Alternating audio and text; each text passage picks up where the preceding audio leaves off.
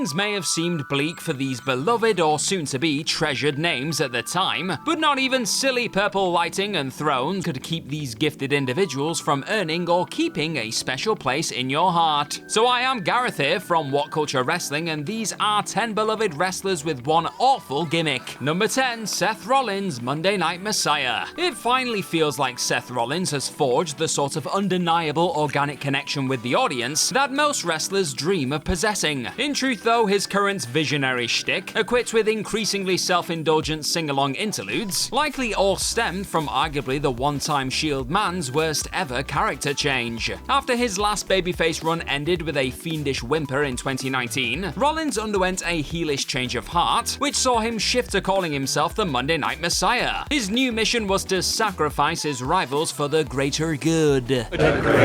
Shut it! And it was often about as painful and uninspired as that very sentence would suggest. And this often hit and miss chapter in Seth's story also at least gifted fans with the madness that was his eye for an eye showdown with Rey Mysterio. Number 9, Chad Gable, Shorty G. On the back of a brilliant showing in that year's King of the Ring tournament, the Olympian soon found himself being mocked for his size by Baron Corbin, fully embracing his size by rebranding himself as Shorty G. Because that'd show him Chad, it did not. Instead, Gable went from likable superworker to garishly dressed jobber in next to no time at all. And this absolute waste of his unquestionable charisma and in-ring ability went on for about a year before someone realized they may not actually be getting the best out of one of the greatest technical workers in the industry today. And the endearing Gable appears to have finally carved out a decent spot for himself on Monday nights, routinely flexing his comedic muscles backstage with Alpha Academy pal / budding model Otis, and putting on utterly superb displays in between the ropes whenever he's called upon, all without a dumb vest or silly moniker in sight. Who do you think is the best technical worker in the business today? I'm a Gable guy myself, but let me know your choice in the comment section down below. Number 8, The Rock, Blue Chipper. It didn't matter that WWE knew they were onto something special with a young Dwayne Johnson. Fans wanted nothing to do with the smiling geek known as the Blue Chipper back in 1996 to 1997. The potential was there for all to see, mind you.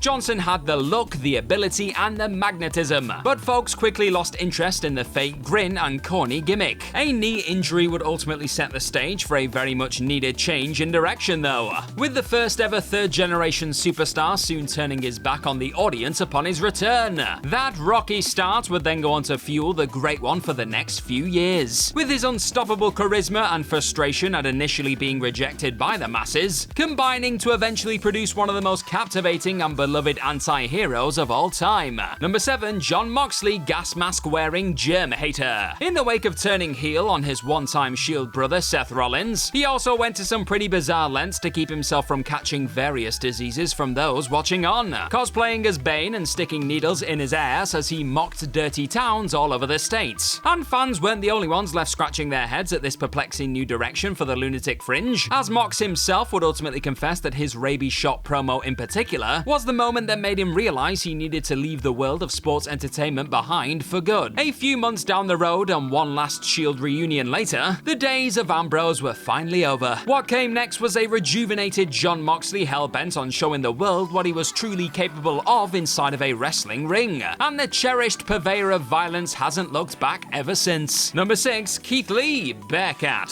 Keith Lee's first few main roster cameo appearances hinted at one hell of a future for the Titanic hero. Lee simply ended up becoming yet another name to add to the list of stars WWE somehow fumbled after a promising beginning, though not exactly helped by a life-threatening spell on the sidelines a few months after officially being called up to Monday Night Raw. The company still had the opportunity to reintroduce the Mountain of Charisma as a genuine new threat at the top of the card. Instead, when he did finally make his long-awaited return to television, after a scary few months off dealing with inflammation of the heart, Lee was fed to WWE Champion Bobby Lashley before soon transitioning into the role of Bearcat. This bland gimmick, along with being a tribute to legendary wrestler Bearcat Wright, pretty much consisted of Lee suddenly being a bit more aggressive and boasting a few claw marks on his gear.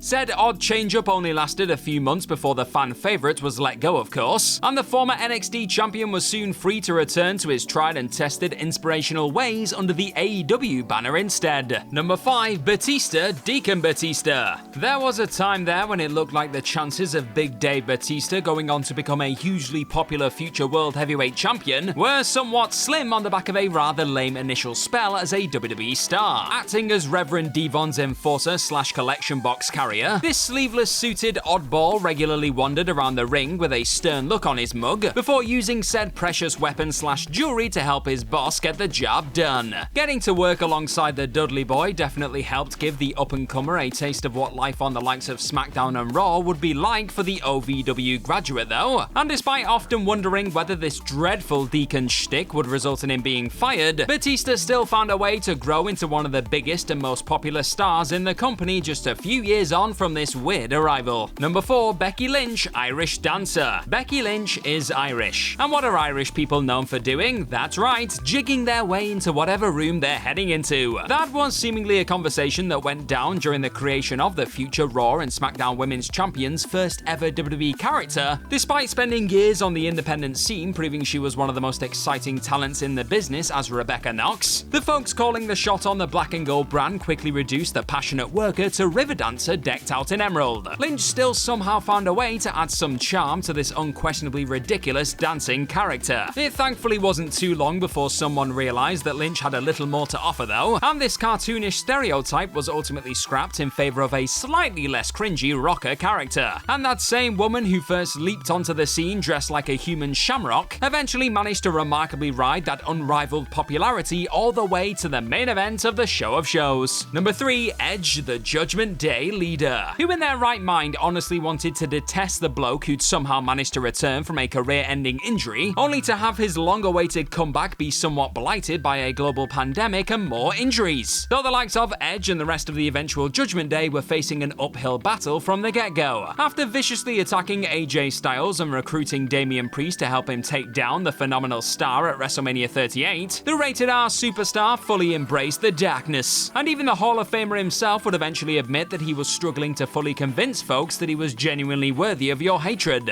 The failed experiment was eventually brought to a crushing end in the wake of Finn Balor's arrival into the faction. Edge has since returned to being the grizzled veteran fans are still only too happy to cheer whenever Alter Bridge bursts through the speakers. And hopefully it stays that way until he decides to call time on a hell of a career. Number 2, Kevin Owens, Face of America. Kevin Owens is the sort of admirable performer who can effortlessly and effectively shift between being a charming anti-hero one minute and the most sadistic human on the planet the next. Yet even the mighty KO struggled to produce gold back in 2017 when he was tasked with the job of getting WWE's latest anti-America character over. Sporting a shaven face and a suit, the then United States champion proceeded to spurt out the sort of unoriginal material unleashed by just about every other foreign star ever to rally against the US of A, and appeared to be losing interest in the trite gimmick by the week. And it wasn't that much of a surprise to see the entire gimmick being scrapped a few months down the road, with Owens eventually reverting back to his more recognizable and successful state as he opted to pick a fight with the McMahons towards the back end of the year. What a hero. Number 1, Cody Rhodes, Stardust. Cody Rhodes is the most beloved babyface on the WWE roster at this current moment in time. And to think the American Nightmare fans are all happily living through it likely wouldn't have ever been a possibility were it not for the son of Dusty's decision to finally turn his back on both his longtime employers and the soul-crushing character he'd been playing from June 2014 onwards. Ever the professional Rhodes did what he could with his riff on Brother Dustin's all-leather face-painted gimmick, but something this lazy and derivative was always destined to dwell in the mid-card, and Stardust never really stood a chance of being anything more than Goldust's mini-me. Thankfully, Rhodes also sensed this and fully embraced the adrenaline in his soul 2 years after debuting this doomed persona. And that departure would eventually lead to him both finding himself as a genuine wrestling star and helping kickstart an all-elite revolution elsewhere. Then, after explicitly requesting for WWE to keep from ever referring to his frustrating days as the star-faced oddity during his shocking return to the sports entertainment machine, what did the one-time AEW EVP do on his first night back? Unleashed a Stardust taunt mid-conquering of the Visionary, of course. Old awful habits die hard. And that's our list. Know of any other beloved wrestlers with one awful gimmick? Well, let us know all about them in the comment section right down below,